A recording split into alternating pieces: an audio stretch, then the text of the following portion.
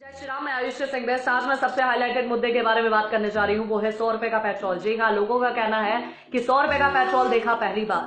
देश की जनता को बोलना चाहती हूँ कि बहुत कुछ आपने देखा पहली बार, लेकिन आप बताने में उसको संकोच करते हो। लेकिन अगर आप बताने में संकोच करते हो तो मैं बेड़ा उठाती हूँ इस चीज का और जनता को बताती हूँ कि क्या क्या देखा आपने पहली बार, और देखने की आदत भी डालो। मैं देश की जनता को बोलना चाहती हूँ जिनका कहना है कि पहली बार देखा 100 रुपए का पेट्रोल, तो जनता को बताना चाहती हूँ कि पहली बार आपने देखा होगा चाइना को पीछे भागते हुए। पहली बार देखा 100 रुपए का पेट्रोल, पहली बार देखा होगा पाकिस्तान को घर में घुस के मारते हुए। पहली बार देखा आपने 100 रुपए का पेट्रोल, पहली बार देखा होगा दुनिया को भारत से वैक्सीन मांगते हुए। पहली बार देखा आपने 100 रुपए का पेट्रोल, पहली बार देखा होगा आपने किसानों के खाते में सीधा 6000 रुपए जाते हुए। पहली बार देखा आपने 100 रुपए का पेट्रोल, पहली बार देखा होगा आपने गरीबों को फ्री राशन और पैसे और फ्री का सिलेंडर। पहली बार देखा आपने 100 रुपए का पेट्रोल। भाई साहब, पहली बार देखा होगा आपने भारत का डंका विदेश में बजते हुए। पहली बार देखा आपने 100 रुपए का पेट्रोल, पहली बार देखोगे आत्मनिर्भर भारत को और आदत डालो। और देश की जनता से बोलना चाहती हूँ जिनको 100 रुपए का पेट्रोल दिखता है, एक महीने में ज्यादा से ज्यादा कितना पेट्रोल भरवाओगे? 3 से 4 बार। आपके अगर 10 से 20 रुपए भी, अगर महीने में 40 से 50 रुपए भी ज्यादा अगर नहीं खर्च करने का दम रखते हो, तो कैसे उम्मीद करते हो कि देश का जवान आपके लिए और देश के लिए सरहद में बैठकर गोली खाए और किसी का बेटा शहीद हो जाए? जब आपकी सोच इतनी है 50 रुपए को गांठ बांधने की, तो दूसरे के बच्चे की जिंदगी क्यों दांव पे लगवाते हो?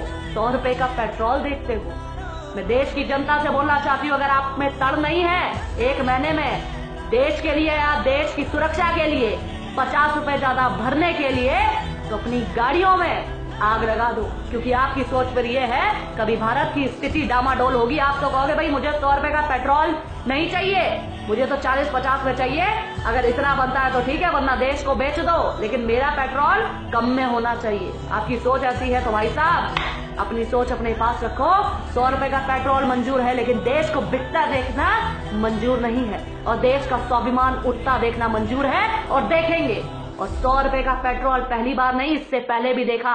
अगर उस समय भी आवाज उठा दी होती तो आज देश के हालात, अपने लिए कभी आवाज उठा दी होती तो आज आपका धर्म खतरे में ना होता और देश खतरे में। आपने कभी सोचा कि कोरोना काल में जब देश में महामारी चल रही है, देश का प्रधानमंत्री देश के लिए, देश के लोगों के लिए और सेना को मजबूत करने के लिए, देश को मजबूत करने के लिए राफेल ला रहा है, लेकिन आपको तो 100 रुपए का पेट्रोल दिखता है, राफेल की कीमत किसी को नहीं दिखती। किसी ने नहीं बोला कि महामारी चल रही है, आर्थिक स्थिति डामाडोल है, लेकिन फिर भी राफेल आ रहा है। बोलना चाहती हूँ, अगर इतने सवाल आपने पहले पूछे होते तो आज देश की स्थिति क्या होती या आपके सामने होता। लेकिन आपको तो 100 रुपए का पेट्रोल दिखता है। वो हैदराबाद का ओवैसी कहता है कि बाबरी कभी मरी नहीं, हम तो बाबरी लेके रहेंगे।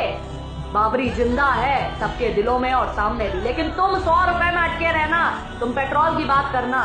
ये जो राम मंदिर भी कोरोना काल में मिला है, इसके ऊपर भी खतरा है, लेकिन तुम्हें क्या फर्क पड़ता?